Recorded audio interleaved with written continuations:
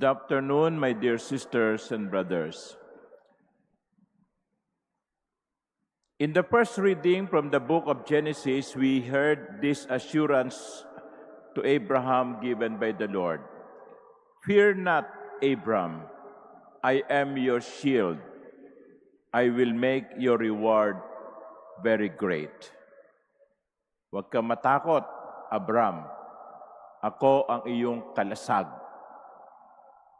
Bibigyan kita ng gantimpalang napakarami.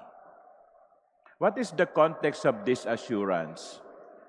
Well, Abram and Sarah was a couple that did not have children or child. But Abram was promised that he would be the father of many nations. In their desire to have a child, Sarah, the wife, approved of Abram having intercourse with their slave woman, Hagar. And that Hagar-Abram relationship born fruit in the person of Ishmael. So nung manganak si Hagar, medyo iba yung naramdaman ni Sarah. Akala niya siguro kaya niya, no? Pero parang naawa siya sa sarili niya at nainis siya kay Hagar. Pinaalis niya si Hagar kasama ang anak niya si Ismael. And then later on, Abram and Sarah had a child in the person of Isaac. It is said, it's a contemporary issue. Some biblical scholars believe that the conflict in the Middle East right now, it goes back to as far as the time of Ishmael and Isaac. The Israelites and the Arabs. I do not know how valid or truthful is that observation, but some people believe yung gulo sa Middle East, hindi talaga malulutas yan. Kasi generations na ang pinagdaanan. Well, hopefully, let us pray for peace. But, going back to the first reading, that is the concern of Abram. How can be a father, when I am childless? Sarah and I do not have a child. And that is where the promise or assurance of God comes from. Fear not, Abram. I am your shield. I will make your reward great. Ako ang bahala sa iyo. Tumingala ka. Bilangin mo ang bituin sa langit. Kung kaya mo yung bilangin, ganyan ang magiging dami ng iyong mga anak. Yung mga buhangin sa dalampasigan, bilangin mo. Kung kaya mo yung bilangin, ganyan ang magiging dami ng iyong saling lahi. My dear brothers and sisters, do you know that Jesus is also giving us that same assurance? Through the cross. Jesus is as if telling us, fear not, people of the Philippines, fear not, people of the world, fear not, young people, fear not, I am your shield. And what is the shield that Jesus is talking about? The cross. The cross. The cross is the shield by which we will conquer evil. The cross is the shield by which we will be protected.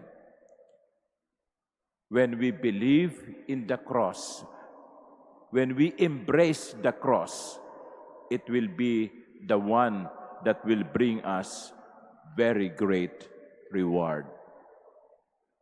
But why? What is the power of the cross? Where does the power of the cross come from?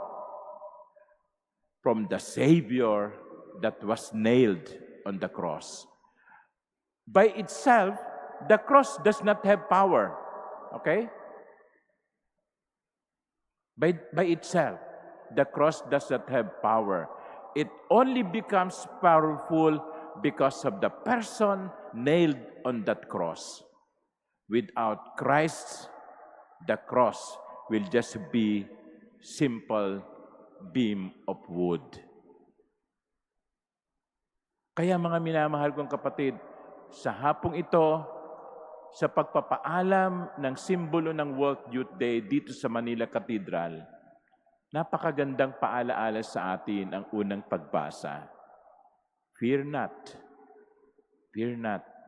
I am your shield. Fear not, the cross will be your shield. And the second consolation that we get is the presence of the Blessed Virgin Mary underneath the cross. The presence of the Blessed Virgin Mary.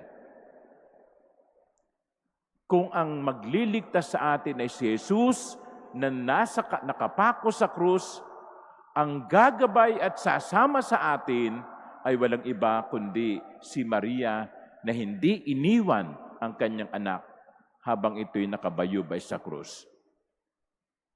Remember that. When all else left the Lord, Mary remained. Mary stayed.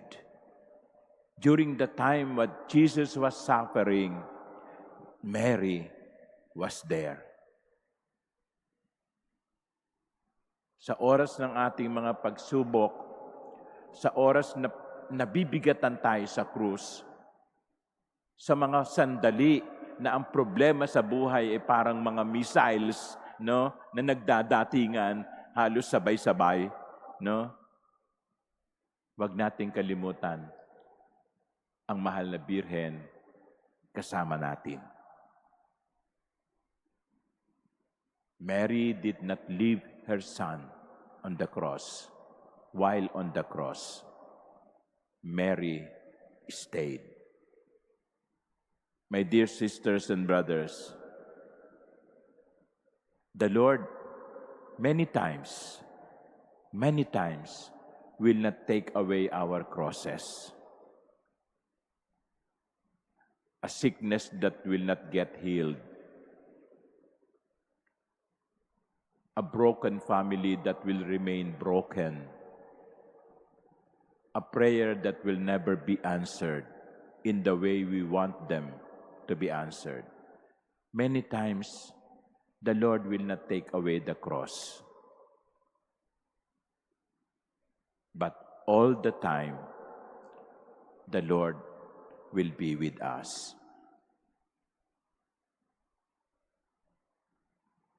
Amen.